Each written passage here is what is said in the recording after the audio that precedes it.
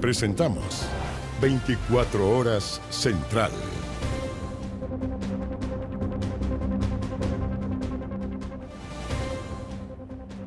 Muy buenas noches, bienvenidos, bienvenidas a las noticias en un día donde nuevamente Donald Trump ha sorprendido al mundo y tiene a los mercados al menos nuevamente dados vuelta. Bueno, la guerra se focaliza aparentemente con China, país al cual nuevamente le ha subido los aranceles, esta vez a 125%. Andrea Aguilar con nosotros con los detalles y los impactos en los mercados de esta noticia. Andrea, ¿cómo te va? Iván, Connie, ¿cómo están? Muy buenas noches. Sí, prácticamente una montaña rusa ha vivido los mercados durante esta jornada porque el presidente de los Estados Unidos, Donald Trump, anunció, ojo, una tregua de 90 días para la entrada en vigor del arancel universal para todos los países excepto para China.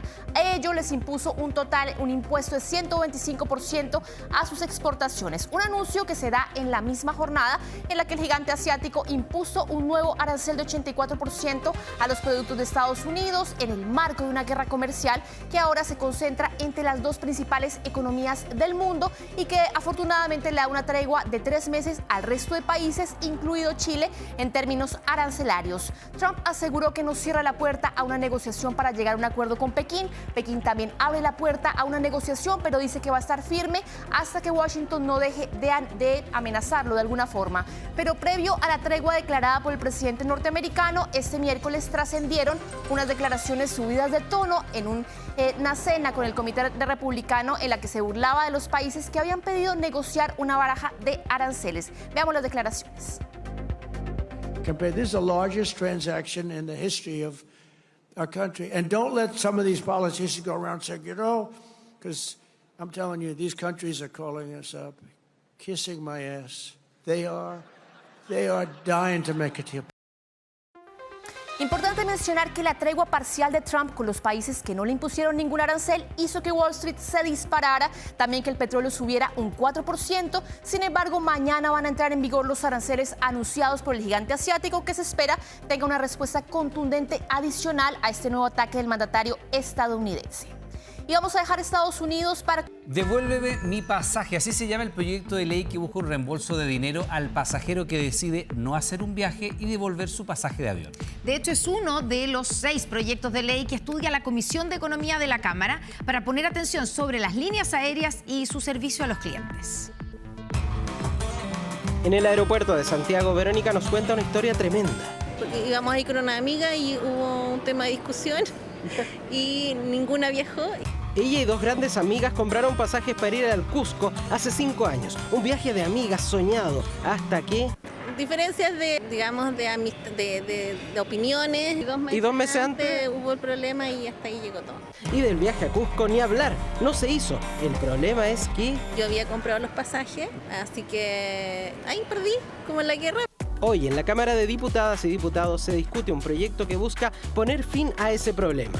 No a la pelea de Verónica y sus amigas, eso cada quien tendrá que solucionarlo. Lo que busca el proyecto es que cuando un pasajero como ella no pueda efectuar su viaje aéreo por la razón que sea, le devuelvan el dinero de ese pasaje. Basta de abusos de las aerolíneas. Con esa viralizada puesta en escena, lo presentan los diputados socialistas Daniela Chicardini y Daniel Manucheri. Y la aerolínea te dice, lo sentimos, no hay devolución. Y pierdes la plata. Un problema para muchos viajeros, es verdad. No te devuelven el dinero si no es con un certificado médico o con un trámite largo. Lo que también le pasó a Verónica. ¿Tú tenías un pasaje comprado? Y me enfermé de COVID. ¿No hubo devolución del dinero? ¿O sí? Parte de la devolución del dinero porque tuve que presentar certificado médico. Pero si la razón no es médica, al no hacer un viaje, el pasajero pierde todo el dinero invertido, a menos que haya pagado una tarifa más cara que sí incluye algún tipo de devolución. Las aerolíneas suelen hacer distinción y conforme al precio, los consumidores de transporte de pasajeros por vía aérea puedan acceder o no a cancelar los vuelos. La idea que se discute en la Comisión de Economía de la Cámara propone que toda persona que compre cualquier pasaje aéreo tenga derecho a la devolución del 85% del valor si es que cancela su compra hasta 8 horas antes del viaje. Es el proyecto conocido como Devuélveme mi pasaje. Llamativo nombre por su tono imperativo. Y el modo imperativo manda. Pero aquí yo tengo un segundo problema. ¿Cómo me van a devolver el pasaje? Si el pasaje lo tengo yo, el aviso debería decir, devuélvame la plata. Vaya el dato pedagógico, pero el proyecto que se presentó hace 2 años ya entró a trámite con apoyo transversal en la Cámara. Se establecen ciertos abusos disfrazados de políticas comerciales que evidentemente para el ciudadano de a pie es tremendamente injusto. En las próximas semanas vamos ya a empezar esta tramitación bien acotada. Vamos a tener que invitar a las representantes de las líneas aéreas. Aunque por lo pronto la Asociación Chilena de Líneas Aéreas dice que estudiará la iniciativa y se pronunciará al respecto. ¿Se perdió todo el dinero de eso? Todo el dinero. Dice Verónica, recordando que el asiago viaje a Cusco con las amigas que no resultó. Ya no hay amigas, no hubo viaje y perdió los pasajes que había comprado para las 3. ¿Pero esos te los pagaron ellas a ti? No. No. No. ¿Perdiste tú el dinero? Perdí yo. O sea, el término de esa amistad fue con todo. Con todo. De aprobarse el proyecto, nadie asegura que otro viajero no pierda a sus amigos, pero sí podría recuperar casi todo el valor de los pasajes no utilizados. Y a eso apunta la iniciativa que dice, devuélveme mi pasaje. A sangre fría, en plena Alameda y frente a varios testigos, mataron a un joven de 21 años. Durante esta tarde se conocieron nuevos antecedentes de un crimen que quedó registrado en varias grabaciones. Jan Giachetti con la información. Jan, buenas noches.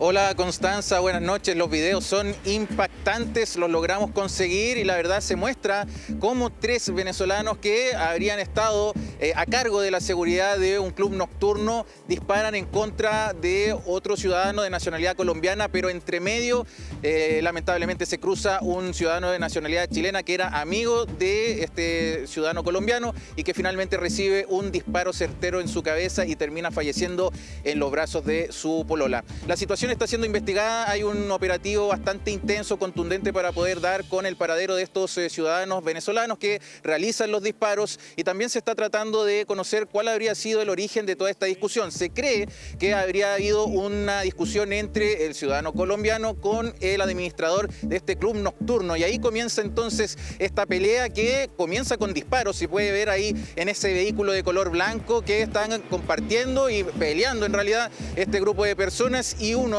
con una polera blanca o un chaleco blanco dispara al piso para asustar, amedrentar a quienes estaban precisamente ellos sacando del lugar y ahí precisamente es que otro de una chaqueta negra con mochila le toma el arma de la mano al primero que dispara y ya dirige los disparos directamente al cuerpo de las víctimas. En este caso todavía no han logrado ser identificados, por eso es que se está tratando de encontrar su paradero.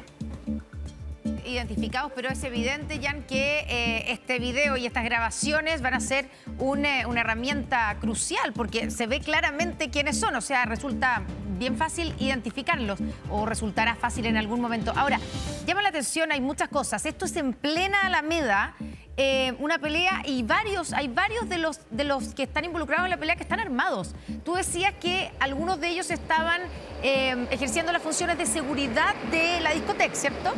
Pero esas personas están ejerciendo la seguridad armadas, ¿o no? Eso es lo que da cuenta la grabación.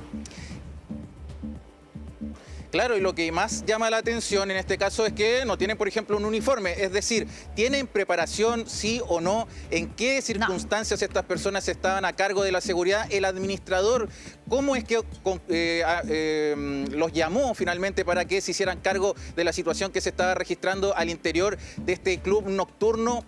Es lo que, al menos la duda de los medios de comunicación, en este caso de los familiares de la víctima, también de la polola que vivió ese momento tan desesperante. De hecho, dice que le apuntaron a la cabeza también a la polola de la víctima y que finalmente dijeron estos hombres que eran del Tren de Aragua. Se está investigando. Escuchemos qué nos señalaban precisamente al respecto. Llegué a hacer la carrera y después yo defendiendo mi neumático, yo molesto, obvio. Hubieron los impactos de balas, los disparos y bueno, todo el mundo a brincar, hermano. El auto quedó ahí, pues y ahí quedó. Tenían problemas con los venezolanos y con el administrador del café. ¿Ya? Y en eso nosotros veníamos caminando hacia acá y ahí ellos salen y empezaron a disparar para todos lados. Yo salí de vuelo por esta misma calle y mi pololo por el pasto. Y ahí él creo que recibió dos balazos, no sé cómo. Que andan entre 3. Bueno, es impresionante. La verdad es que no nos podemos acostumbrar a algo así, donde vemos a varias personas armadas en plena Alameda. Esto es cerca de la estación de trenes, hay estación de buses, es de madrugada, en la salida, a las 4 de la mañana exactamente, ya, de madrugada a la salida de este club nocturno, pero esto realmente parece, realmente una ciudad digamos, como que no nos podemos acostumbrar a convertir a la Alameda en lo que estamos viendo. Sí. Jan, estamos en contacto y volvemos contigo en cualquier momento. De vuelta a la vida real. Un hombre fue descubierto espiando y grabando con un celular a sus arrendatarias a través de un agujero en el techo. Al ser encarado y revisar su teléfono, se encontraron más videos de parejas jóvenes. Pese a ello, fue detenido, pero quedó libre. Esta es la casa de la vecina. Ahí está. En mi casa. Justo él estaba desnudo en su cama, ya semidesnuda.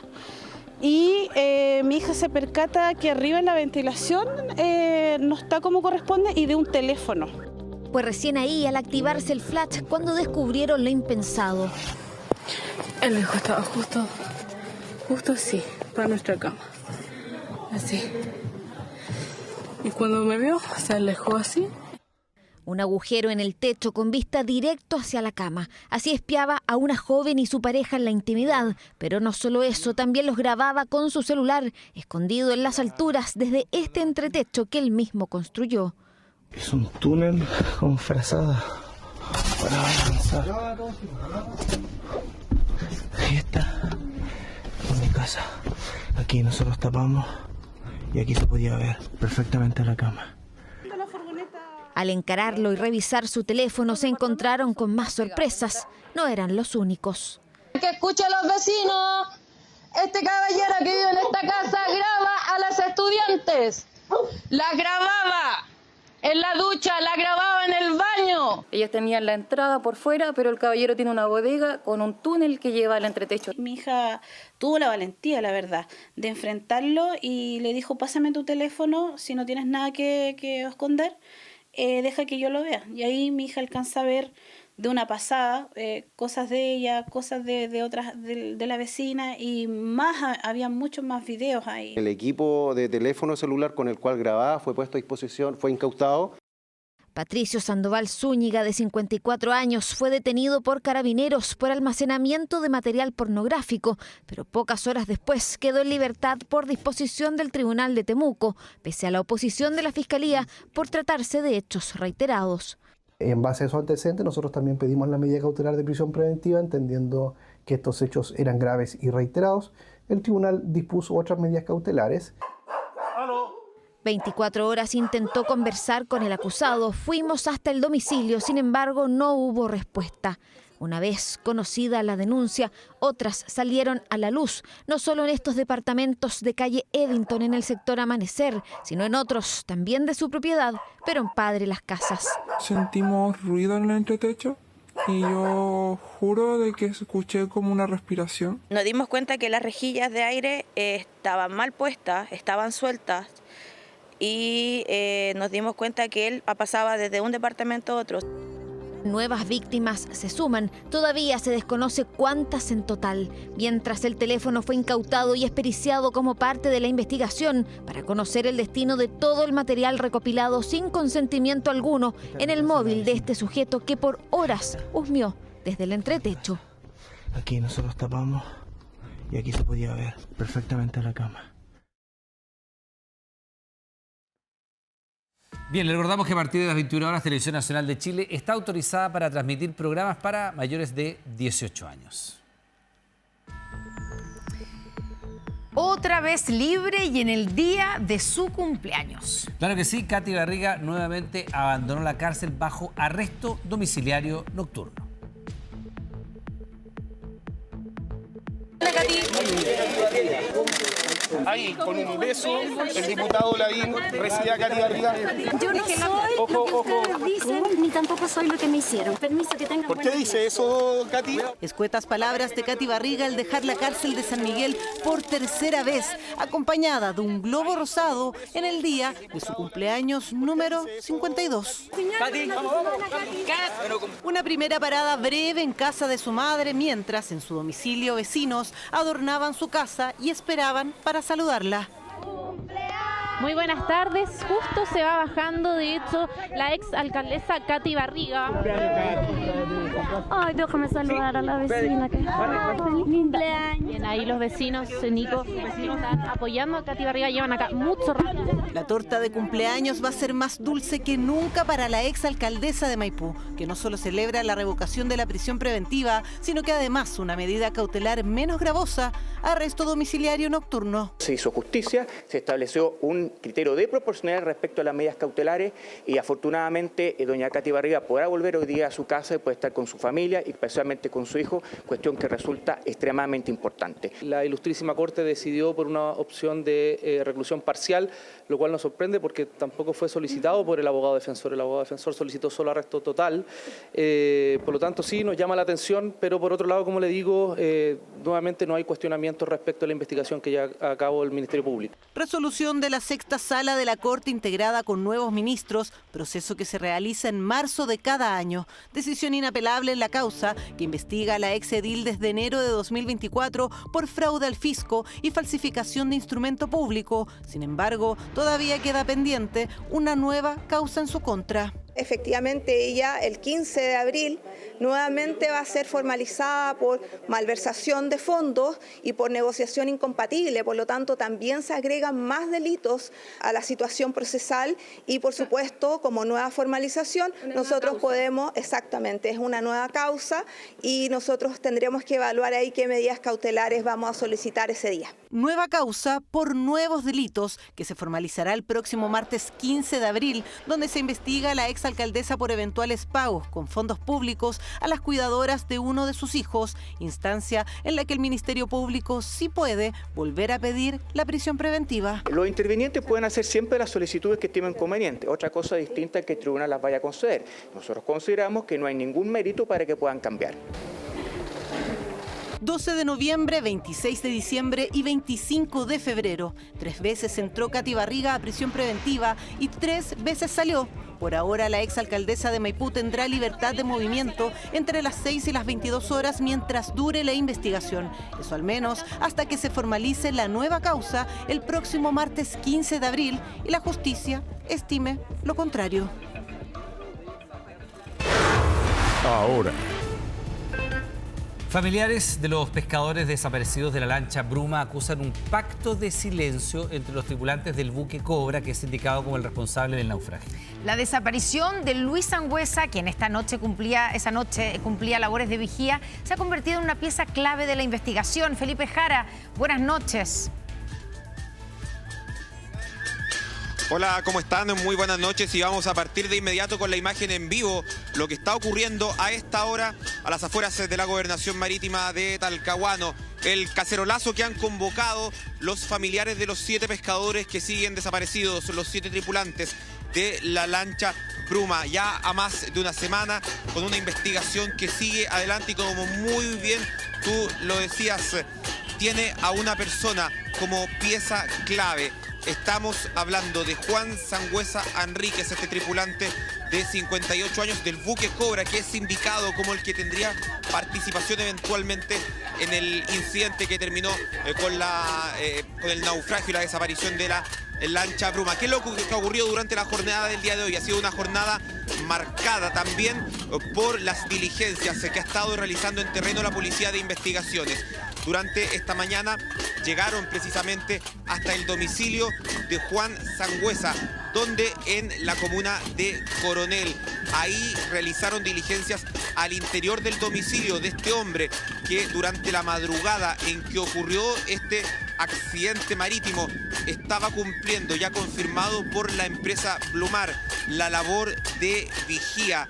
Ahí nosotros pudimos conversar con la familia de Juan Sangüesa. Ellos entregan detalles. entregan antecedentes que no teníamos hasta este momento y que forman parte de las últimas horas de este tripulante que cumplía la labor de vigía pocos momentos antes de que se le perdiera el rastro. Recordemos que justamente el día 4 de abril él sale de su domicilio rumbo a la comuna de Talcahuano. Acá, posterior a reunirse con sus compañeros de trabajo, no se dirige a la empresa donde llegaron los otros 17 tripulantes, sino que él tomó una micro en dirección a Concepción, se bajó en la Vega Monumental y es ahí donde se le pierde el rastro. Los quiero invitar a que pasemos a revisar justamente detalles que entregan familiares de Juan Sangüesa respecto de sus últimas horas antes de que se le perdiera completamente el rastro. Ahí fue qué es lo que tenía que decir, todo. Ahí estaba el abogado de la empresa, ahí asociaron la investigación y todo el auto. Que a lo mejor algo le dijeron a él, por eso que él no llegó a donde tenía que llegar. Si no sabían nada, ¿para qué le iban a hacer ese test psicológico? Porque lo único que dicen que ellos sintieron un ruido adentro, pero ellos no se dieron cuenta que ya sido el barco, que ellos todavía no están seguros.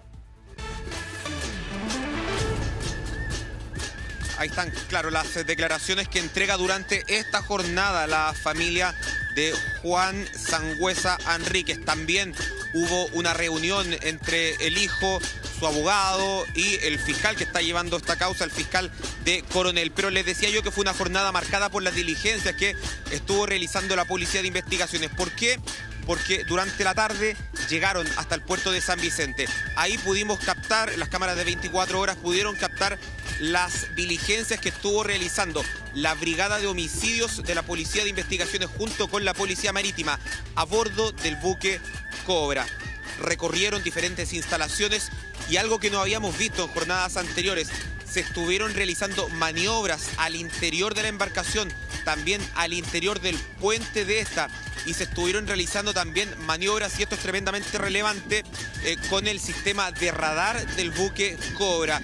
Todo esto forma parte de las indagaciones que se han estado realizando durante las últimas horas y que forman parte de la otra arista derivada de este caso, que tiene que ver con la investigación de lo que ocurrió justamente esa madrugada y que apuntan a esclarecer si es que efectivamente fue el buque Cobra el que tuvo participación en este hecho en que la lancha Bruma termina naufragando y que termina además con la desaparición de sus 7 tripulantes, que es que es lo clave, lo que más les importa hoy día a sus familiares. Ellos hoy día, con todos los antecedentes que se han conocido durante las últimas horas, apuntan a que incluso podría haber un pacto de silencio. Los invito a que pasemos a escuchar declaraciones. Algo de tratar de el caballero decir y no quiere, entonces si hay algún acuerdo de silencio y él quiere hablar, es muy valiosa la información que nos va a dar él, porque ellos no hubiesen tenido ni un drama, ¿por qué le están colocándole psicólogo y un tipo de tratamiento? No coincidimos, porque el que nada hace, nada teme. Yo creo que él se lleva información muy importante. Para mí no hay ninguna duda de que había un pacto de silencio y también un alineamiento de parte de la empresa hacia ello. Ya, Felipe, bueno, aquí naturalmente las tesis a propósito de la desaparición del tripulante del Cobra todavía siguen abiertas. Recordemos que la familia, sobre todo el hijo, interpuso una demanda por presunta desgracia. Claro. ¿Se ha avanzado en esa línea? ¿Qué es lo que se ha sabido además de este pacto de silencio que acusan los familiares de los navegadores de esta barca artesanal? Sí, en torno a la búsqueda de Juan Sangüesa Enríquez, de 58 años, claro, durante la jornada del día de hoy hubo novedades. ¿Y por qué? Porque hoy día la búsqueda se amplió. Durante las jornadas anteriores la búsqueda había estado principalmente, y nosotros se los estuvimos comentando, se había estado realizando principalmente en Talcahuano, en los cerros de Talcahuano, en el Parque Tumbes. ¿Por qué? Porque la georreferenciación del celular llevaba hasta ese punto. ¿Qué es lo que pasó hoy día? Que el radio de acción de búsqueda se amplió, tanto que llegó incluso hasta la comuna de Coronel, en donde llegaron, hoy día se lo decía yo, funcionarios de la Policía de Investigaciones a hacer diligencias al interior del domicilio de Juan Sangüesa, justamente debido a nuevos antecedentes que han surgido, debido a que ya han pasado 5 días desde su desaparición y claro, se sigue ampliando la búsqueda sin resultados positivos y también hay que decir, a más de una semana también sigue sin resultados positivos. Lo que más les importa a ellos, quienes estamos viendo hoy día en la imagen en vivo, los familiares. Claro. Todavía seguimos sin que se pueda dar con el paradero de los 7 tripulantes de la lancha Bruma. Y en ese sentido, varias preguntas, Felipe, pero uno es, estaba en dudas la continuación de la búsqueda y se había solicitado que se mantuviera la búsqueda de los tripulantes. ¿Eso se está manteniendo? ¿Cuál es la decisión? ¿Y cuál es la hipótesis que hay acerca del tripulante de Luis Sangüesa? Porque, claro, lo que hemos visto y tú nos mostraste ayer, estas imágenes que son las últimas grabaciones que hay sobre él, que es subiéndose en un bus, ¿cierto? Tomando el bus, ahí están las imágenes, donde lo que ocurrió ahí es que el que lo reconoció fue el conductor, que dice por qué se acordó, porque le pagó con 10.000 pesos, que es algo raro, algo extraño, que alguien pague un pasaje del bus con un billete de 10.000 pesos, por eso se acordó cuando lo vio en las noticias. Y bueno, te recuperamos ahí, Felipe. Yo estaba diciendo que si había alguna tesis, alguna hipótesis de qué había pasado con Sangüesa, porque estamos mostrando las imágenes que son las últimas que muestran el registro cuando se sube a este bus y donde no hay un destino claro porque supuestamente él iba a la empresa o a un lugar a reunirse y a tener una hora con la psicóloga que se había dispuesto, que estaba atendiendo a todos los tripulantes de esta embarcación. Esa fue la última noticia que se tiene de él, ¿no? Sí, exacto. El cronograma de esa mañana es que él sale aproximadamente a las 8 de su casa. Él vive en Coronel. Y él llega, justamente se reúnen en el puerto de San Vicente y desde ese punto debían abordar un vehículo, una van, para llegar a dependencias de la empresa Blumar y ahí iban a tener una reunión en la que iba a estar presente también un psicólogo. ¿Qué es lo que pasó? Juan Sangüesa le dice a sus compañeros que él se va a ir por sus propios medios y es ahí donde comienza este recorrido justamente en micro que corresponden a las últimas imágenes que tenemos de él. Bien, Felipe, nos vamos a quedar atentos, por supuesto, porque ya son 8 en la práctica las personas desaparecidas, 7 en alta mar, los pescadores artesanales y también este otro tripulante de la embarcación Cobra. Felipe Jara, muchas gracias. Buenas noches. Bueno, las imágenes que estamos viendo esto ocurrió en un CEFAM de San Bernardo, donde un detenido que constataba lesiones escapó y lesionó al carabinero que intentó evitar la fuga. Claro, para los médicos y funcionarios de la salud esto es síntoma de un problema que es mayor, ¿no? La violencia a la cual están expuestos a diario. ¿Quieres saber qué pasó con el detenido? Lo vemos.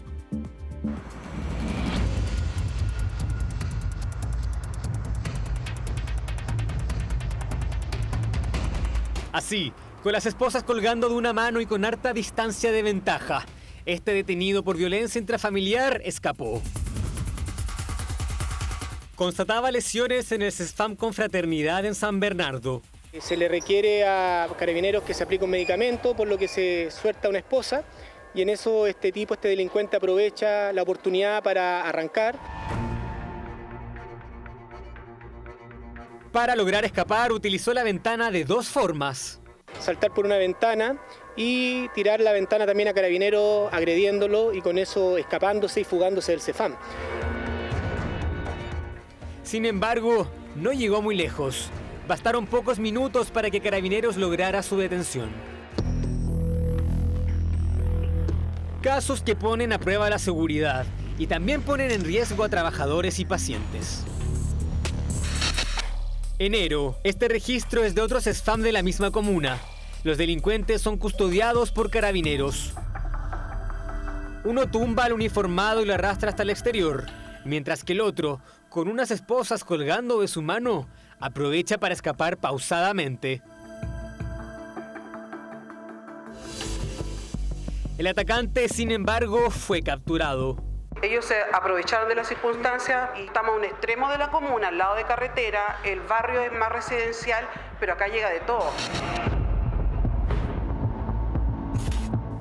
Meses antes se desplegó un operativo policial por la fuga de un interno bajo custodia en la exposta central. Saltó desde un 3er piso para luego escapar caminando. Fue 14 días después de 822 kilómetros de distancia que se logró su recaptura. Recientemente el personal de Gendarmería está informando evasión de un 37 que estaría cumpliendo condena por homicidio simple y porte ilegal de arma de fuego. El Colegio Médico reconoce el riesgo al que están expuestos y tiene identificadas las zonas más peligrosas. Son alrededor del Hospital El Pino, San Bernardo, Puente Alto, el hospital también Padre Hurtado vive algunas veces situaciones bien complejas, CESFAM del Biobío, algunas zonas, por ejemplo, de Alto Hospicio, de Iquique, esas son las zonas más complejas. Los funcionarios de la salud coinciden con el diagnóstico y la preocupación. Son 127 establecimientos donde hay violencia, hay 9 que son extremos en forma reiterada. Todos los días en algún lugar de este país agreden a los trabajadores de la salud primaria.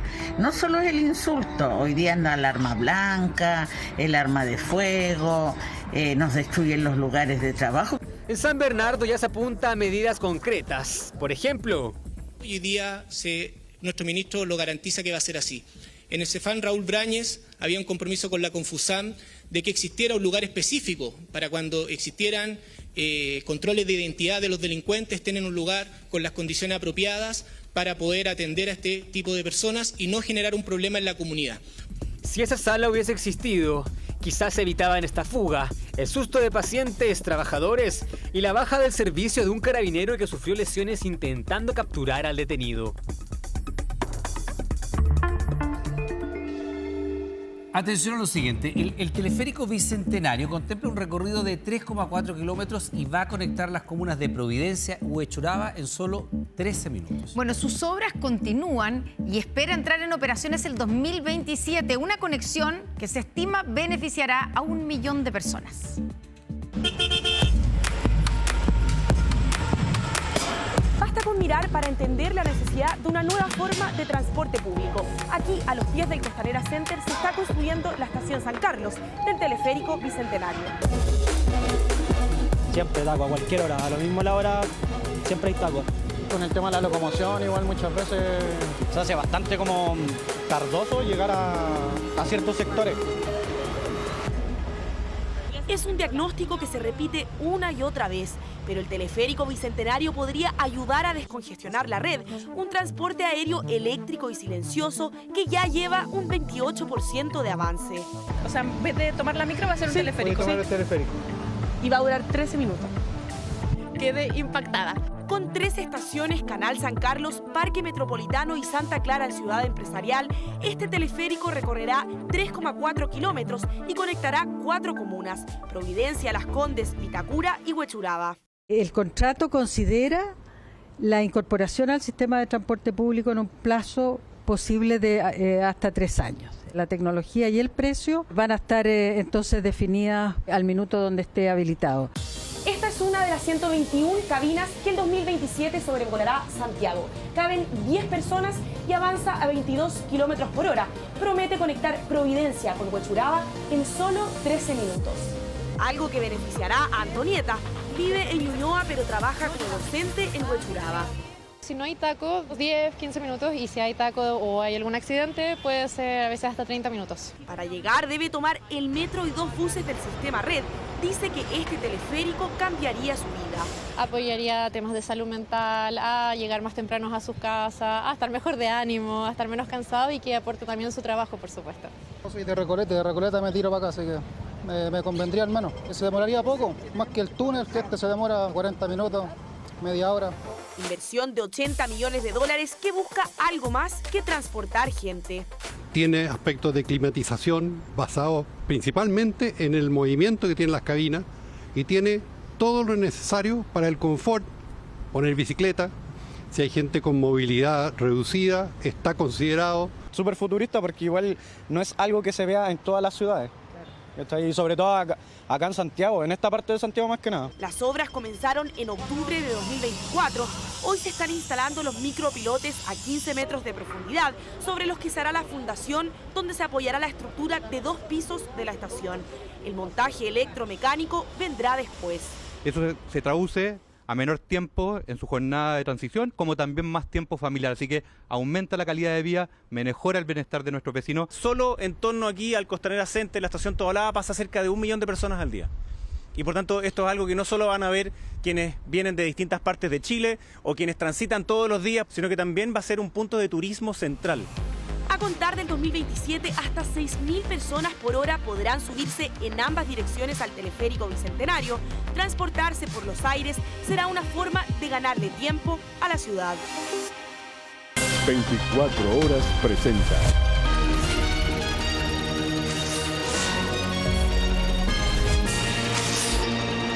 Informe especial.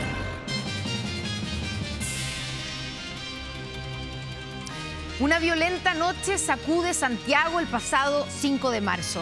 El baleo de un carabinero inicia una frenética búsqueda de los delincuentes. En medio de todo, 2 primos universitarios son perseguidos por un motociclista armado. Los jóvenes terminan detenidos, golpeados, fotografiados y viralizados desde una comisaría. ¿Qué ocurre realmente esa madrugada? Esta noche rompen el silencio en este informe especial de Alejandro Meneses y Rodrigo Pizarro.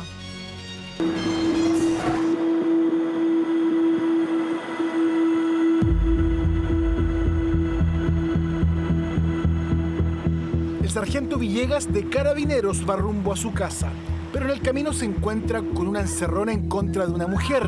No duda en intervenir. Termina baleado, grave y con su arma sustraída por los delincuentes.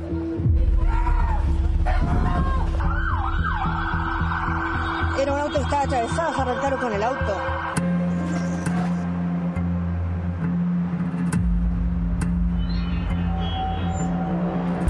Muy cerca de ahí, el cabo Villalobos está en las inmediaciones de su hogar cuando un delincuente lo amenaza con un arma de fuego para quitarle su camioneta.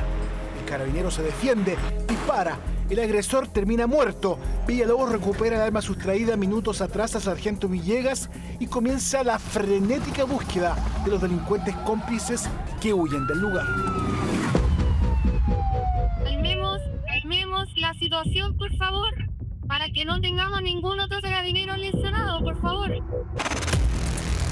pocos minutos, los enfrentamientos con carabineros se convierten en noticia nacional. Pero hay una situación que llama la atención sobre las declaraciones de las autoridades apostadas ya en terreno. Ya tenemos identificados, ¿no es cierto?, a los detenidos. Hay 2 detenidos. No tenemos personas detenidas. Se habló de 2 personas que estaban detenidas, Carabineros lo confirmó. Yo a mí no se me ha informado de ningún detenido. Carabineros dice que hay 2 detenidos, pero la Fiscalía confirma que no hay detenidos. ¿Cómo ocurre una situación así? ¿Problemas de comunicación entre las instituciones? No, el tema es más complejo.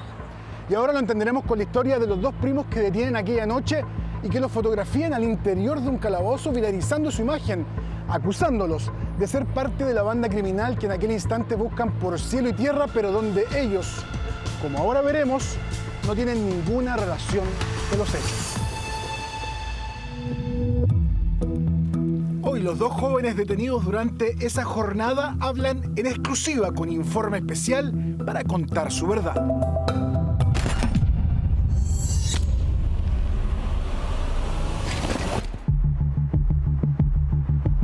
Cristóbal y Alexander son estudiantes. Tienen 21 y 22 años. Aquella noche disfrutan de un completo en este local de Villa Frey, como suelen hacerlo para relajarse y conversar antes de acostarse.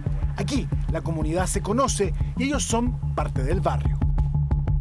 Estábamos exactamente así. No, muy poca gente. No había nadie más. ¿Y en el local? ¿Había harta gente en el local? En el local había, las mesas estaban llenas. Por eso se vinieron acá, a sentar acá. Claro. Sí.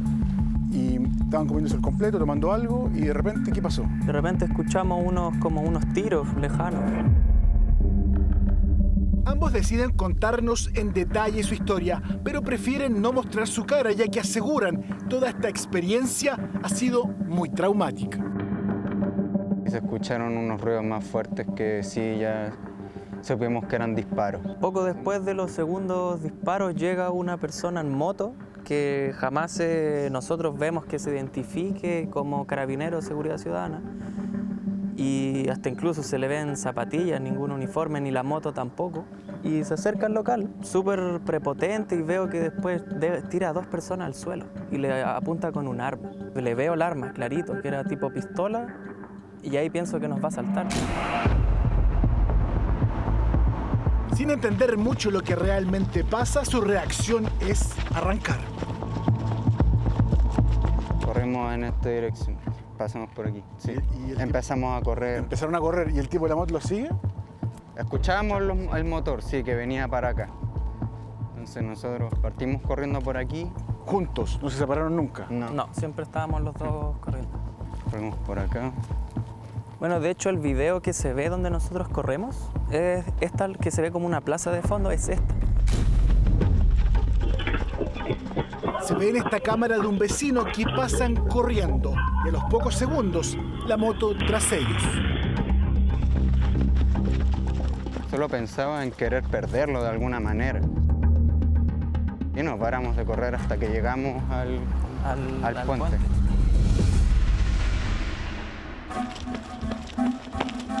Aprovechando los conocimientos del barrio, hacen un retorno en U y pierden al motociclista. Nunca se identificó ni gritó nada que sonara a que pertenecía a Carabineros o ni Seguridad Ciudadana tampoco. Aquí también doblamos a la izquierda. Seguimos para allá. Y aquí volvemos a Ramón Cruz. Pasamos por aquí y pasamos por abajo.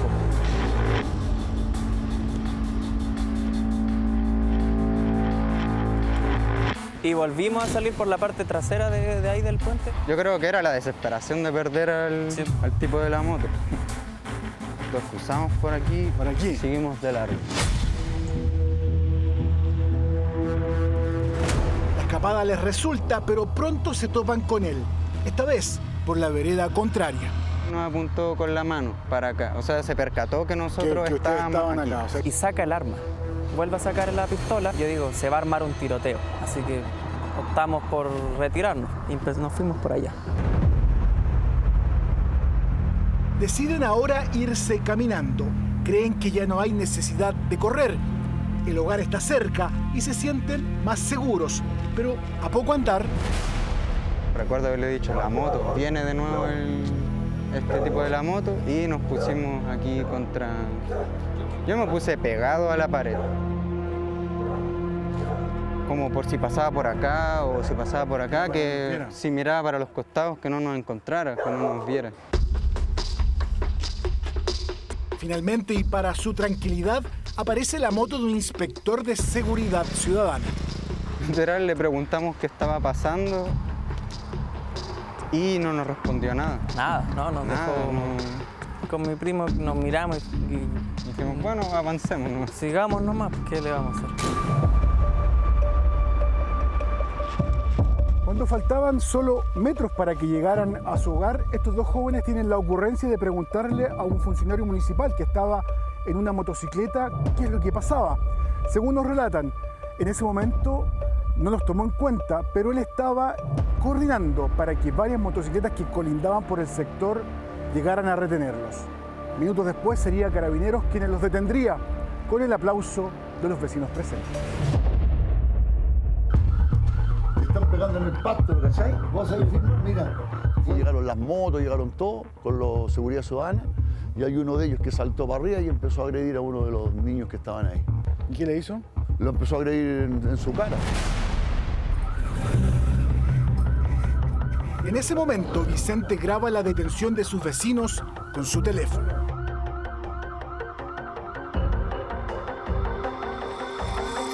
En verdad, chocante, porque en verdad yo llevo viviendo acá 27 años y de los 27 años yo creo que jamás he visto un episodio así a niveles de violencia tan extremos. Me refiero a todo el episodio, incluyendo lo que pasó allá con el carabinero.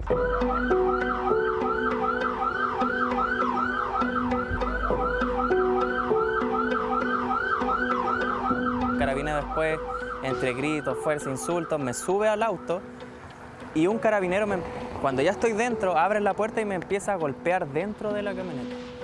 y mientras me golpea, me grita que me dice tenía familia, suponiendo yo, en ese momento no tenía idea por qué me decía eso. Pero... En todo momento me trataron a garabato y recibí como 4 golpes en la cara también. Acá en el ojo, mandíbula, ahí fue después. Pero recibí como 4 o 5 golpes acá en el suelo y después recibí el último entrando al auto. Antes de entrar al auto me alcanzaron a pegar un golpe en la cara de nuevo. También escuchamos que aplaudieron, estaban como aplaudiendo. Patético, patético, ¿qué quiere que le diga? ¿Por qué patético? Porque la policía no celebra cuando detiene a alguien, po. Eso no lo puede hacer nadie, porque si lo que pasó son inocentes, en esto quedamos ahora. Po.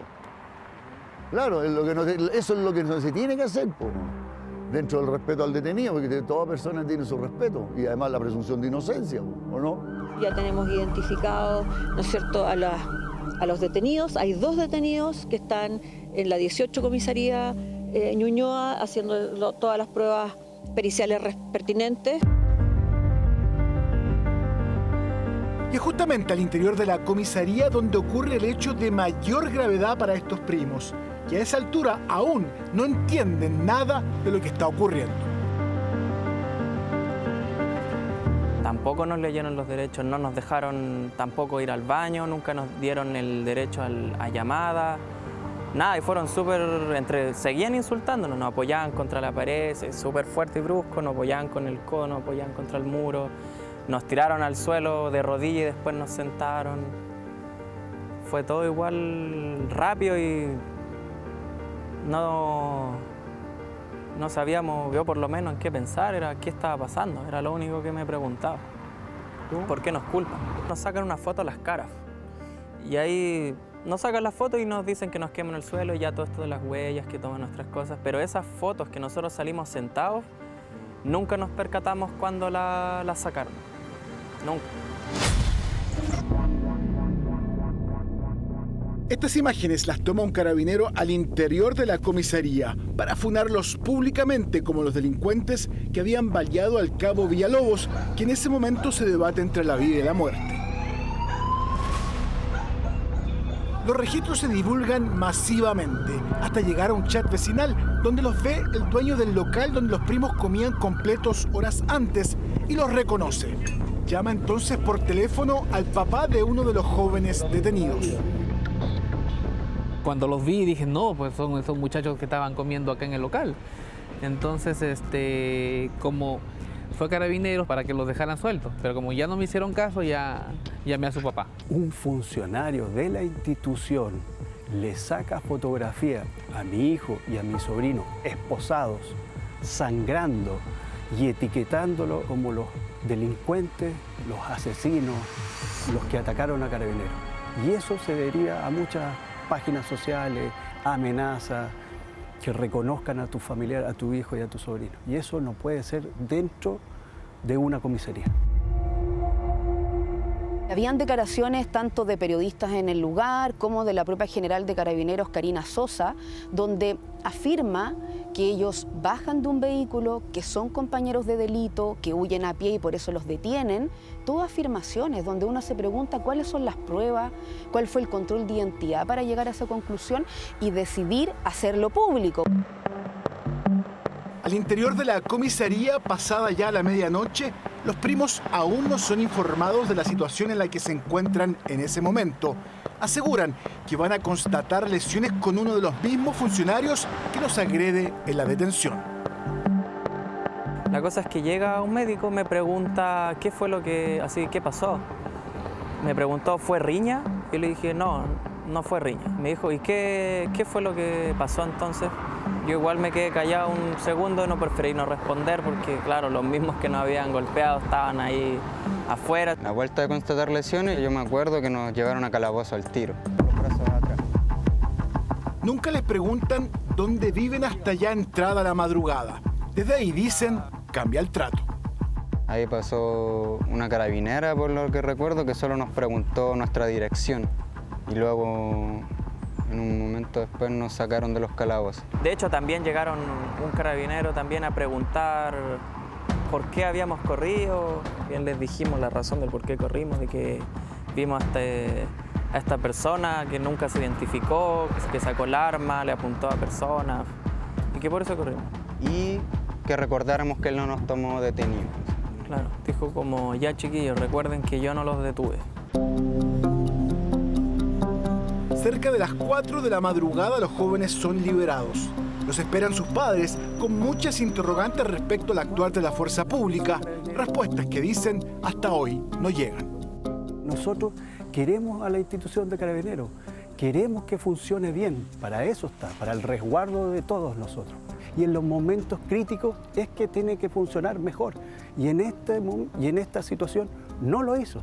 Y hasta el día de hoy no lo ha hecho, porque no se ha comunicado con nosotros en ninguna instancia. Y no hay ninguna explicación, no hay ninguna información sobre cómo se cerraba el proceso, qué es lo que había pasado para que se concretara todo este error. O sea, hay que identificar a los responsables de todas estas etapas en donde se pasaron a llevar nuestras leyes, que es lo que finalmente nos defiende a todos por igual. Accedimos a la bitácora donde se establece el detalle de las actuaciones policiales.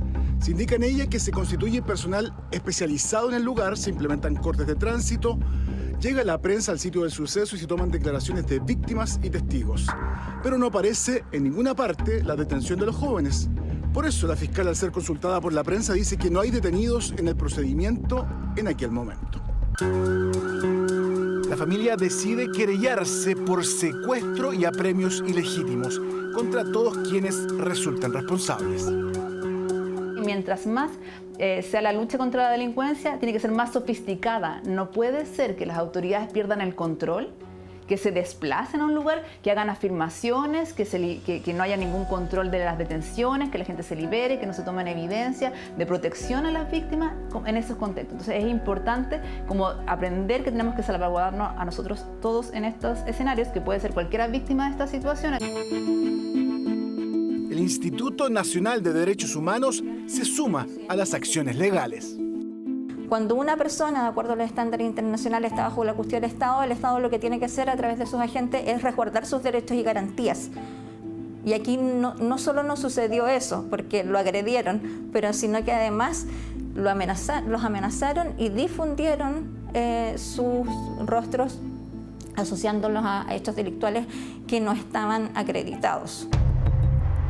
Pedimos entrevista con la Fiscalía, con Seguridad Ciudadana de Ñuñoa y también con Carabineros. Solo la policía uniformada accede a conversar con informe especial. Tenemos un componente que resulta ser municipales, quienes también intervienen en el procedimiento, logrando en ese momento identificar, conforme a lo que ellos habrían levantado información en el lugar, 2 personas que iban arrancando y que probablemente podrían tener una vinculación con lo ocurrido. En los hechos habrían sido los guardias municipales de Ñuñoa quienes sitúan como sospechosos a los jóvenes estudiantes. Carabineros se incorpora al final del procedimiento. Pero ¿por qué una de sus máximas autoridades los vincula criminalmente de manera pública cuando no existía ninguna prueba real para hacerlo? Encontramos que existió una falencia en corroborar los datos que se estaban precisando, dado que aún era un procedimiento en desarrollo, y frente a esta confusión se entrega una información que no había sido rechequeada, lo que posteriormente sí se aclara, jamás ocultando lo ocurrido, sino más bien asumiendo y por supuesto dando como enseñanza una mejora en cuanto a los protocolos. Respecto de los registros fotográficos que se toman al interior del cuartel, enfatiza que se establecen medidas de inmediato contra el carabinero que fotografía y viraliza las imágenes. Se toma en flagrancia detenido al carabinero identificado como quien saca esta fotografía y posteriormente se tramita su baja. Dado que nosotros estamos notificados y ya sabemos con anterioridad dentro de nuestra capacitación y profesionalismo al momento de actuar que esto es una conducta completamente prohibida e indebida. ¿Y por qué la Fiscalía no sabe de la detención de los 2 jóvenes cuando es consultada por la prensa? Ellos los llevan en la figura de conducidos hasta la unidad policial donde se realiza el control de identidad y ahí se logra establecer que los nombres, las direcciones y que estos no eran partícipes del delito. Por eso no pasan a control de la detención. Por eso no pasan a control de detención, porque ellos no son detenidos ni imputados por ningún delito. Este caso deja de manifiesto la importancia en el proceder policial, sobre todo en los momentos más complejos, de máximo estrés, donde nuestras fuerzas de orden deben demostrar su mayor profesionalismo. Sin duda, actualmente tenemos 23 procedimientos por minuto a nivel nacional, lo que nos hace estar bastante atentos a cómo se desarrolla cada uno, evaluando también las acciones policiales, pero por supuesto también nuestro actuar en cada uno de estos. Hoy el sargento Villegas continúa grave tras los disparos recibidos por los delincuentes en aquella violenta jornada en Villafrey. La investigación de Carabineros finalmente termina con 2 detenidos que hoy se encuentran en prisión preventiva acusados de robo con violencia y homicidio frustrado. Yo igual lamento lo que le pasó al carabinero que fue herido, que fue, bueno, no falleció, pero lamento lo que le haya sucedido, pero no justifica todo lo que nos pasó a nosotros también. Que se haga justicia y que no vuelvan a ocurrir cosas como esta. Ni a nosotros, ni a ningún otro joven, ni a ninguna otra persona, que no le suceda a nadie más. Actualmente la Fiscalía investiga los apremios ilegítimos que habrían recibido los jóvenes estudiantes y también indaga la responsabilidad penal del carabinero que los fotografió al interior de la comisaría para luego viralizarlos en redes. Un hecho sin precedentes que marca un peligroso punto de no retorno donde la inmediatez puede terminar convirtiéndose en desinformación y peor aún, en un arbitrario linchamiento digital desde el interior de un cuartel policial.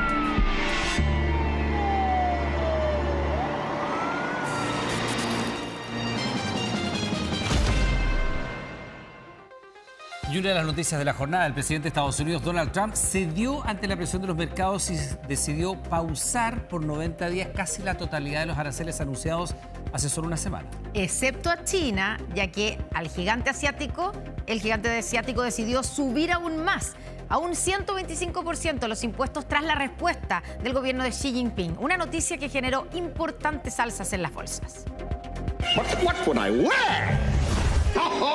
Un personaje al que nadie es ajeno y a quien ahora comparan con el presidente Donald Trump. Quedan más de 8 meses para celebrar la Navidad, pero los fabricantes de árboles y adornos en China ya se preparan. Eso sí, esta vez con bastante preocupación, pues el mercado estadounidense es uno de los más importantes. Debemos proceder con cautela, ya que nos preocupa que, si recibimos pedidos estadounidenses, la inestabilidad actual puede provocar posibles cancelaciones de pedidos. Todo por los aranceles impuestos por Trump al gigante asiático, que llegaron al 125%, lo que aumentará los precios de los árboles y adornos navideños que envía Liu Song a Estados Unidos. Desde el gobierno chino no se quedaron de brazos cruzados y aplicaron una subida del 84% a los aranceles sobre productos estadounidenses. Si Estados Unidos ignora los intereses de ambos países y de la comunidad internacional e insiste en librar una guerra arancelaria y comercial, China sin duda tomará represalias. Ya son al menos 75 los países que intentan negociar con Estados Unidos este aumento de aranceles. Para ellos, el presidente Donald Trump tuvo un particular mensaje. This is the largest transaction in the history of our country. And don't let some of these politicians go around saying, because I'm telling you, these countries are calling us up, kissing my ass. They are dying to make it here.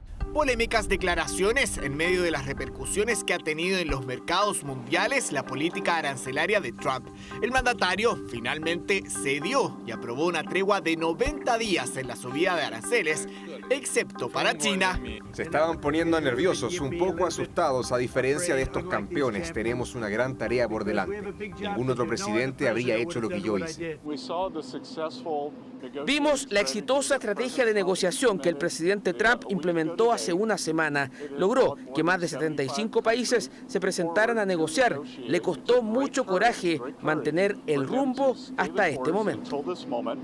Pero no solo China respondió. La Unión Europea aplicó aranceles de un 25% a diferentes productos estadounidenses, entre ellos motocicletas e incluso maquillaje, pero relacionados a la subida aplicada al acero y el aluminio puestos en marcha el mes pasado. Estos aranceles suponen un costo inmenso para los consumidores y las empresas estadounidenses, pero al mismo tiempo tienen un impacto enorme en la economía mundial. El gobierno chileno no ha quedado ajeno a estos movimientos. El presidente Boric citó a una reunión de emergencia en el Palacio de la Moneda para analizar la guerra arancelaria. Esta prórroga creo que es una buena noticia, por supuesto es una medida todavía de carácter provisional, pero que lo que refleja es que al menos dentro de la administración de Estados Unidos se ha tomado algo de conciencia. Este último anuncio de Trump tuvo un impacto inmediato. Los mercados registraron importantes alzas tras días de pérdidas en medio de esta guerra comercial. Bueno, y esta guerra comercial obviamente también tiene efectos en nuestro país. Una verdadera montaña rusa vivió el precio del dólar en Chile. Subió por arriba de los 1.000, después volvió a bajar. Esto tras la pausa en los aranceles de Donald Trump. Claro, sin embargo este conflicto ya genera impacto en nuestro bolsillo. A continuación les vamos a contar 4 de estos impactos que deja en nuestro país esta guerra comercial. Miren. Sucede a miles de kilómetros de distancia, pero tiene efectos en nuestros bolsillos. Y el primero lo vemos aquí, con el dólar a 1.000 pesos. Ese era el panorama en las casas de cambio antes que hablara Donald Trump. Hecho el anuncio de postergar los aranceles por 90 días, el escenario comenzó a cambiar rápidamente. El mercado se tiñó de incertidumbre, incluso así lo demostraban estas pizarras, donde no era posible ver el precio del dólar. La divisa norteamericana comenzó a bajar rápidamente hasta debajo de esta simbólica barrera. Sin embargo, persiste muy por encima de lo que veíamos a inicios de mes. ¿Cómo nos afecta el alza del dólar? Todo lo que se ha importado va a subir de precio. Todo lo afecta a todo el bolsillo de los chilenos. El dólar me afecta debido a que estoy estudiando y los pagos los hago en dólares. Entonces, en una universidad extranjera me va aumentando la mensualidad y en el fondo el arancel.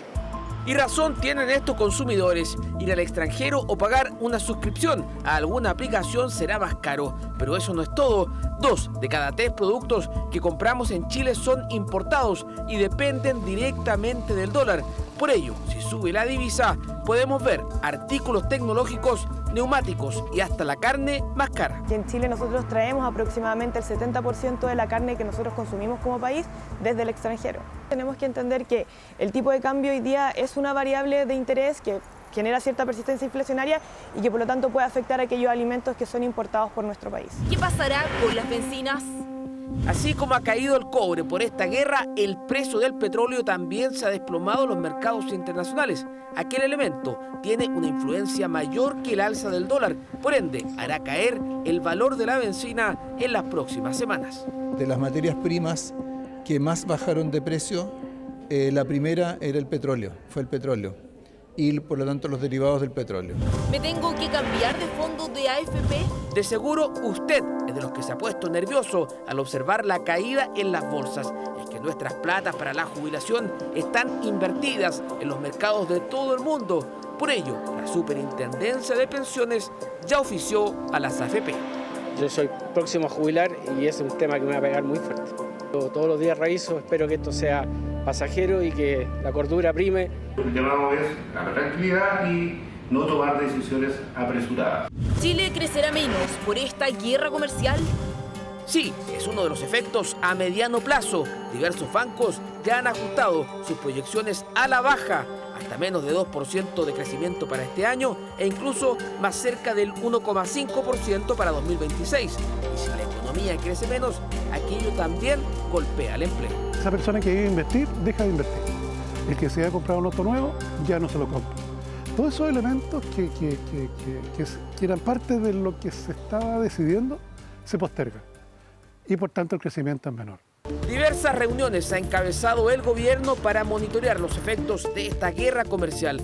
De hecho, este jueves, el ministro Marcel se reunirá con todos sus antecesores y expresidentes del Banco Central desde el retorno de la democracia, con la idea de tomar medidas ante este conflicto arancelario que no deja indiferente a Chile.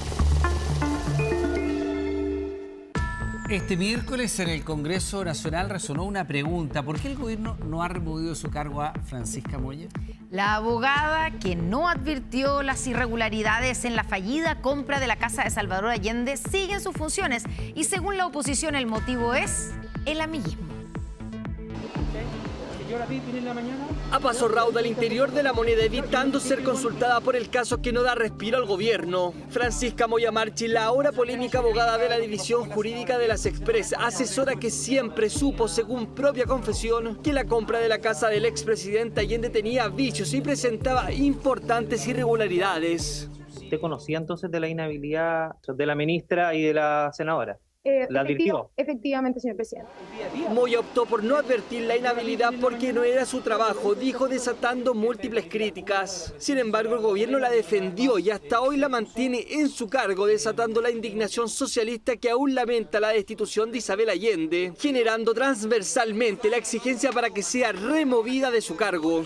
Resulta ser que Francisca Moya es la nueva Miguel Crispi del gobierno del presidente Gabriel Boric y creo que como asesora su primer deber de lealtad es dar un paso al costado. El presidente es incapaz de tomar una decisión de sentido común. Deben hacerse valer las responsabilidades administrativas de todos aquellos que estuvieron involucrados. Debe renunciar y el presidente Boric debe dejar de lado sus amistades personales. La oposición así acusó amiguismo debido al vínculo de amistad que el propio presidente ha revelado en publicaciones pasadas. Puedo dar fe, digamos, de la competencia y valía que tiene. Pero no todos los ojos están sobre Moya. Según Exante, no sería la única asesora que conocía la inhabilidad. También Macarena Díez, ex jefa jurídica de bienes nacionales que sigue desempeñando labores en la moneda. Según su declaración a la Fiscalía, Díez habría advertido el conflicto de interés, lo que para muchos confirma que la inhabilidad era conocida por varios en Palacio.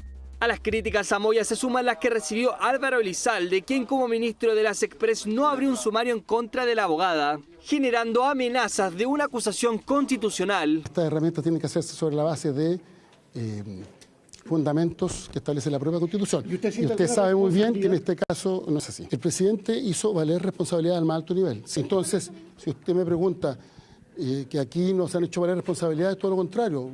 En ningún momento, ningún ministerio, ningún funcionario, ninguna autoridad involucrada nos advirtió o recordó que existía una posible inhabilidad constitucional. La oposición no quedó conforme con este discurso, faltó autocrítica, aseguraron, por su responsabilidad en la fallida adquisición. Para el sector, la senadora, con más de 30 años de carrera parlamentaria, debía conocer la norma que le impedía concretar contratos con el Estado. Apelar a que lo desconocía es realmente impresentable y no está a la altura de alguien con la trayectoria de ella. Ya lo dijo bastante claro, no tuvo advertencias, también hizo una autocrítica. Impedimento constitucional que, según el reportaje de The Clinic, tiene en la mira al menos 5 diputados y senadores que por diversos motivos también habrían suscrito acuerdos con el Estado, aunque ellos descartaron cualquier irregularidad. Todo como efecto de la fallida compra que sigue golpeando al gobierno, que hasta hoy, pese a las exigencias de renuncia, mantienen sus puestos a quienes sabían de la inhabilidad. Volvemos con 24 Horas Central. Estamos viendo 24 Horas Central. De regreso a las noticias. ¿Qué pasa cuando un país pierde su unidad y proliferan los sectarismos étnicos, el fanatismo religioso, el militarismo y las ideologías extremas? Lo más probable es que se desate la violencia, el nepotismo, la corrupción, la intervención de potencias extranjeras y las venganzas con sus crueles matanzas. Santiago Pavlovich con este reportaje sobre lo que está ocurriendo en Siria. Eso ha estado ocurriendo en los casi 84 años de vida independiente de un país llamado Siria, habitado por gentes de raíces y culturas distintas, incluidos árabes, sunitas, chiitas y alawitas, además de cristianos católicos y protestantes, kurdos, turcomanos y hasta grupos anarquistas que abogan por la igualdad absoluta entre hombres y mujeres. La violencia se agravó desde el 2011, cuando los efectos de la así llamada primavera árabe se manifestaron también en Siria, que por 50 años había sido gobernada con mano de hierro por la familia al-Assad. Primero Hafez, el padre, apoyado por el Partido Socialista Baath, y la minoría alawita detentó el poder por 30 años. Su hijo Bashar heredó el mando, consolidó una alianza con Irán y la Rusia de Putin. Se dice que el primer acto de resistencia democrática fueron los grafitis. El conflicto grande en Siria partió porque unos niños se escribieron con spray en una pared. O sea, imagínate la mentalidad de la policía de aquel tiempo como era. Entonces, llevaron a los niños como, según lo que hemos escuchado, lo que han investigado, digamos, que preguntaron a los niños cuál país pagó a ustedes, y fue como un proyecto, era un juego de niños que terminó siendo una guerra. Huyendo de la violencia llegó a Chile el profesor y traductor sirio Abdallah al-Rifaik. Nació y vivió en Dara, la cuna de la revolución. Pudo apreciar los excesos de la dictadura cuando el pueblo sirio se alzó en armas contra Bashar y Siria mordió el polvo de una inclemente guerra civil. Una persona que opina en una dictadura, una opinión que no le gusta al gobierno, desaparece o ya es sin enemigo. Quizás después de la guerra, si me estás hablando después del 2011, por ejemplo, 2012, salieron muchos sirios, o sea, millones, no solo cristianos. En el pasado, y pese a intermitentes erupciones de violencia, Siria albergó a minorías, tal vez porque fue uno de los países más laicos del Medio Oriente, llegando a tener un 18% de cristianos en su población mayoritariamente musulmana. Siria ha sido como un refugio para la gente que ha escapado históricamente de guerras de religión. En 2011 comenzó la desoladora migración y Abdallah fue uno de los millones de sirios que se asilaron en el extranjero. Al principio no atinó. Lamentablemente elegí mal el país, fui a Venezuela. Hace 7 años, Abdallah pudo rehacer su vida en Chile. Mientras tanto, Siria se desangraba. Por una parte, Bashar resistía apoyado por blindados y bombarderos rusos. Y por la otra, una variopinta oposición era derrotada, aunque volvía a renacer entre las ruinas. En el horror desaparecieron tesoros y buena parte del riquísimo patrimonio sirio, como Palmira, la ciudad romana destrozada en batallas y dinamitada por yihadistas que además usaron los venerables despojos para escenificar salvajes ejecuciones. A la guerra interna se sumaron ávidos extranjeros. Norteamericanos, rusos, Turquía está del norte, el Estado de Israel está en el sur, aprovechando también la situación para quitar un poco de terreno. Pero hace unos 3 meses, algo extraordinario atascó la maquinaria represiva de Bashar y en el curso de días, los rebeldes islámicos avanzaron imparables sobre Alepo y Hama para finalmente liberar Damasco, la capital. Toda una sorpresa resultó ser el grupo vencedor Hizb al-Tahrir, una de las muchas milicias anti-Bashar, quien junto a su familia y una billetera bien provista logró huir a Moscú. Una segunda sorpresa fue el líder de la revuelta triunfadora, Abu al-Golani. Antes, este barbudo yihadista perteneció a Al-Qaeda y al Estado Islámico, grupo conocido por feroces decapitaciones de extranjeros y adversarios. Luego de su triunfo, el hombre se puso corbata, abandonó el alias de combate y recuperó su nombre original, Ahmed Hussein al-Sharaa, y empezó a dialogar con todas las facciones en lucha. Es interesante ver que, claro, desde el liderazgo actual, interino de al-Sharaa, ¿cierto?, lo que se está buscando promover es un liderazgo de corte nacional, ¿cierto?, de generar una idea nacional siria o rescatar una idea nacional siria. Un viento de incredulidad sopló en las cancillerías del mundo occidental. ¿Era posible que el Sharaa haya cortado cabezas cuando participó en Al-Qaeda y luego en ISIS? ¿Es una persona confiable? ¿Podrá unir a los sirios? Todos los sirios no confiamos en las palabras, sino en lo que pasa. Y comprendemos que él no llegó a gobernar Suiza, llegó a gobernar un país destruido. Siria es un caso que preocupa a la comunidad internacional, preocupa a todos los observadores internacionales, ¿cierto? Porque fácilmente se puede convertir en una nueva Afganistán, ¿cierto? Un lugar que, digamos, no cuente con o no dé garantías de estabilidad, un Estado fallido, etc. Los temores afloraron hace unos días cuando se mostraron imágenes de centenares de personas asesinadas en el área costera del país poblada por alawitas leales al defenestrado Bashar. Miembros de esa comunidad fueron obligados a caminar como perros. Abatidos a tiros y rematados en las calles resultaron niños y mujeres. Se dijo que los alawitas habían emboscado a efectivos de seguridad, los que habrían reaccionado masacrando a sus adversarios. El presidente prometió investigar lo ocurrido. Es un gobierno que está al menos buscando transmitir el mensaje de que el suyo es un gobierno nacional y de que no es un gobierno ni étnico y no es un gobierno religioso, sino que va a buscar tratar de ser responsable con la totalidad de las personas, ¿cierto? Y culturas que viven en Siria. Las dudas persisten sobre las intenciones del nuevo gobierno. Se espera que regresen al hogar millones de refugiados sirios.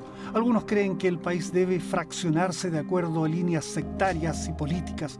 Otros creen en la unidad pese a las venganzas y a las matanzas. Se repite algo de la película que hemos visto durante 14 años. Pero esa es la herencia del gobierno de Assad. O sea, tenemos casi 1 millón de muertos, ciudades completas destruidas en Siria. Por eso a mí no es que las víctimas son los alawitas, las víctimas son los sirios completos. El nuevo presidente firmó una constitución provisional y convocó a los kurdos a ser parte del gobierno, pero una masacre más bajo el mando de Sharaa y la unidad siria podría convertirse en otro sueño árabe que termina en tragedia.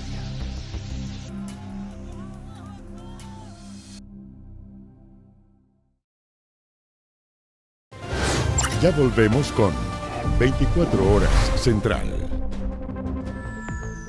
Estamos de vuelta en las noticias. Se acercan las elecciones primarias y hay varias preguntas que rondan. En Chile Vamos, por ejemplo, existe un dilema: realizar una primaria solo entre 2 oponentes o descartar la elección interna, mientras en la DC parlamentarios del partido presionan para que su candidato presidencial cambie de parecer y se sume a la papeleta del oficialismo.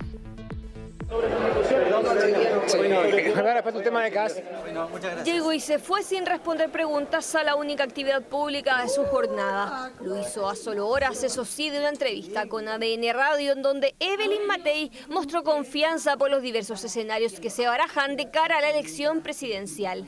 Si ustedes me hacen la pregunta de si yo creo que gano en segunda vuelta, sí, yo creo que le gano en segunda vuelta a Kast. Sentencia debido a la nula posibilidad de medirse en primarias debido a la negativa del líder del Partido Republicano, que ya determinó que el round oficial se desarrolle en la elección de noviembre. La soberbia no es buena consejera y a otros guarden el cotillón. Está claro que va a llegar un candidato de derecha y un candidato de izquierda.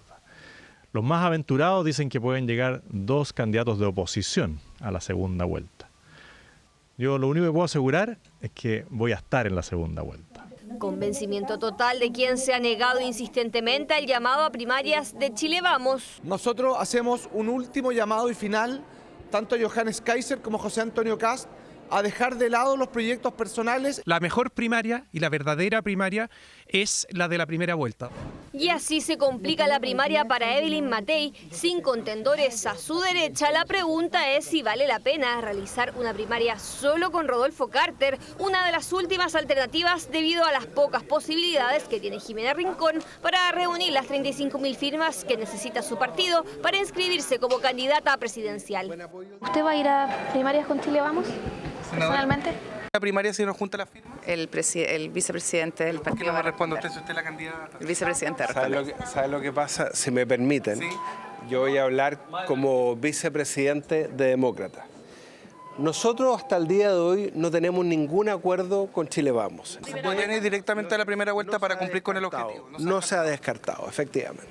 Complejo panorama en la oposición mientras el oficialismo busca ampliar el número de participantes. Incluyo, por cierto, también al diputado Undurraga. El deseo del presidente de incluir a la ADC en una primaria del oficialismo tiene adeptos en el partido. Sin embargo, el que se niega es el propio candidato presidencial. El camino en solitario es como insistir en un suicidio político. Y el partido tiene que entender que ya no somos el tremendo partido que fuimos, sino que tenemos que volver a ganarnos a la ciudadanía. Eso de quedarnos afuera puede generar que finalmente tampoco seamos capaces de construir con otras fuerzas políticas una lista parlamentaria. División en la ADC por la postura de Alberto Undurraga, que no quiere estar en la misma papeleta con comunistas y frente amplistas. Nosotros hemos propuesto otro camino, que son las 2 primarias. Hasta fin de mes existe plazo para convencer a Undurraga y lograr la idea de varios en el oficialismo de replicar la llamada nueva mayoría, grupo de partidos desde la ADC al comunismo que en 2013 llevó a Michelle Bachelet por segunda vez a la moneda. Bueno, como cada mes del año en abril existen diversos beneficios que las personas pueden recibir por parte del IPS, el Instituto de Previsión Social. Si usted ingresa a 24horas.cl podrá conocer cuáles bonos puede recibir y cómo cobrarlos. Terminamos aquí las noticias. Gracias por informarse con nosotros. Quédese en TVN porque ya viene un nuevo capítulo de The Floor. Que tenga buenas noches. Buenas noches, hasta mañana.